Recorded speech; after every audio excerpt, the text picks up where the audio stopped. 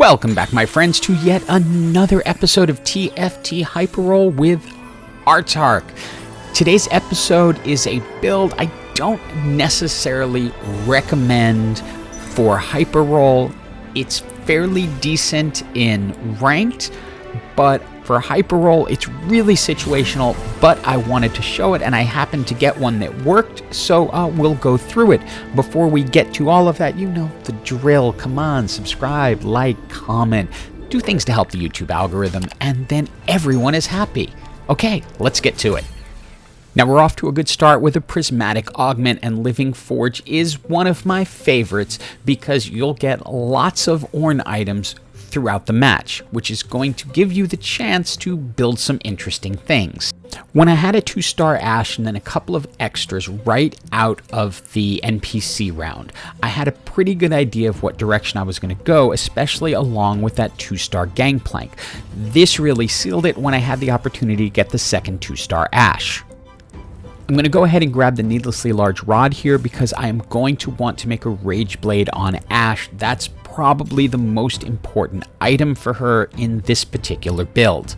And I'd love to say I have a brilliant strategy reason as to why that Zonia's Paradox is still sitting on the bench and not sitting on someone since I have a magnetic remover, but the reality is I completely spaced on it and didn't think about putting it out there because it didn't fit with my current plan. Yeah, it happens sometimes. And I've been searching for more Ashes, but I haven't found any yet. So for the moment, I abandoned my initial strategy, bring in a Yasuo, throw the Zonia's Paradox onto him so that at least I can get some use out of it and maybe stop the lose streak to figure out what direction this is going to go. Item choice here is really simple. It's the bow, because no matter what other item you use on Ashe, Rage Blade is pretty much a must because her ability just increases her attack damage, so the faster she's attacking, the more damage she's doing. And you can probably figure out what I'm trying to do by the champions I'm holding down on the bench. With a Malphite and a Gangplank just waiting there, you can get an idea of which way I'm going and what I'm looking for. But for now, at least this is holding up. For the second augment, the Laser Corps crest is really tempting, so much so that yeah, I am going to take it. And while this may look like it's just a Laser Corps comp, believe me, it's not. I wanted to go a different direction, but when you're handed the Laser Corps crest and then additional Ashe, you're going to go for it. I also picked up a Collector along the way and a Vayne to trigger both the Duelist for Yasuo and the Recon for Ashe. And as I mentioned in a previous video, I do find Laser very strong early. Where I find it falls down is if you don't have a backup or something going along with it, there's a lot of competition for it and it will fall off towards the end. I am now nearly 1 Ashe away from gold going into the next item, so I am fairly confident I'm going to get it, which is why I end up passing on the spatula because I have 3 specific Ashe items in mind. I now have all 3 champions I need. It's Lee Sin, Malphite, and Gangplank, who will create supers once all 3 of them are in the match together. For right now, I'm just trying to field the strongest team I believe I can to keep winning and hoping to go to supers once I can get the 3-star Ashe. Because remember, supers increase damage based on the number of 3 stars on your team. Right now, Ashe is still 1 short. Supers will end up giving you a really nice power spike when you can bring them in, presuming you have 3-star champions.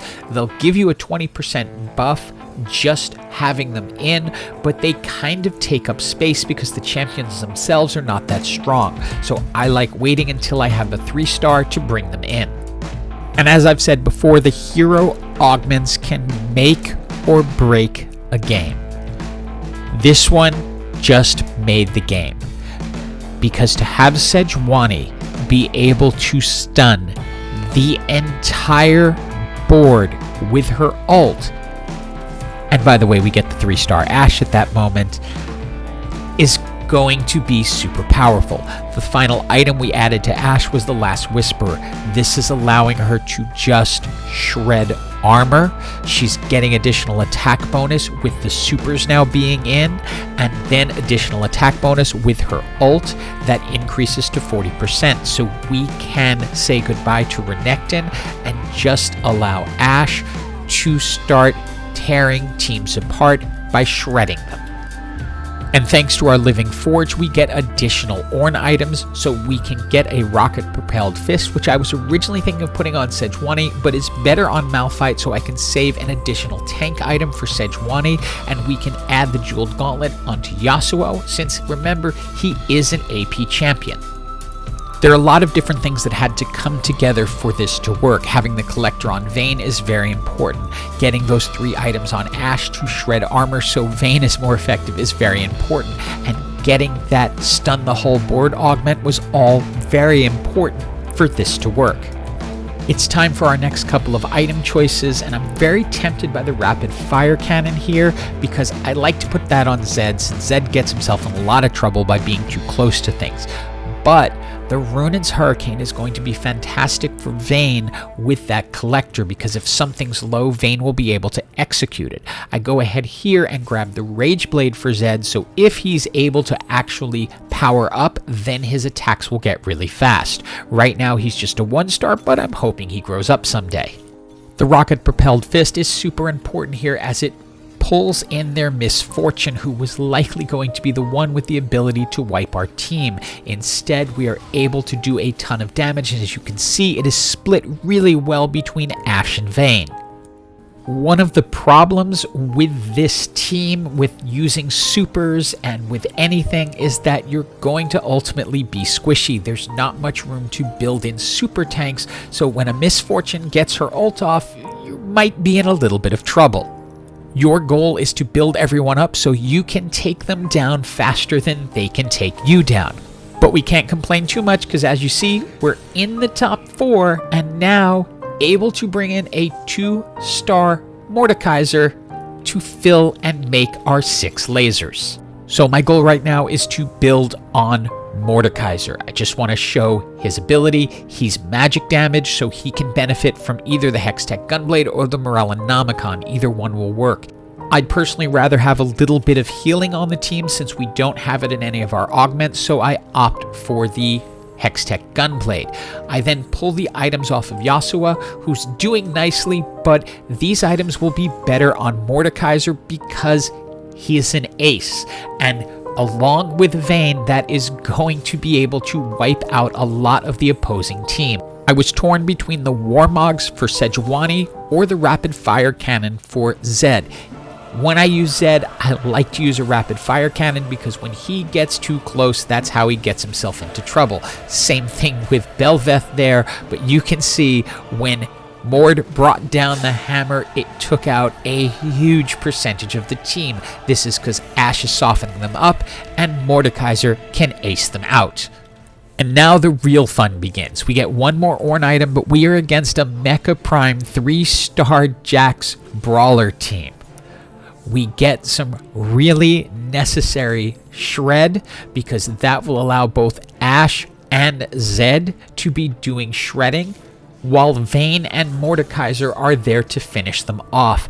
I want you to pay really, really close attention to Jax's health bar in this. This is a 3-star brawler Jax who comes in with a giant health bar and then just gets decimated and wiped off the board in almost no time. That is because we are shredding in every direction, and ultimately, Mord brings the hammer down. The key to these types of builds is doing as much damage as you can as quickly as possible. This particular round gets a little scary because we're not taking them down as fast as I would like. Everything sort of stopped for a moment because their Sejuani was able to do the same as ours. Luckily, Recon comes into play. Vayne dashes out of the way and is able to execute that Jax before it leaps onto my Ashe. This is the final round because now we're both under 6. I just want to move my Mordekaiser out of the way of the Zephyr. If something's going to get Zephyred, let it be Gangplank, because that's really not important. Gangplank and especially Malphite are just fillers. Gangplank did allow us to go to 4 Duelist, which is helping Vayne, and Lee Sin did give us Brawler, which gives us a little extra health, but that's not what's carrying this team. It's Ashe and Vayne, that insane stun, and Mordekaiser just dropping the hammer and eliminating people when the time comes. It's a good build. I just don't think it's really one you want to focus on for hyperroll unless you're getting 3-star champions and you know you're going to do it. Then it's worth it. Hope you enjoyed the video, and as always, have an absolutely awesome day.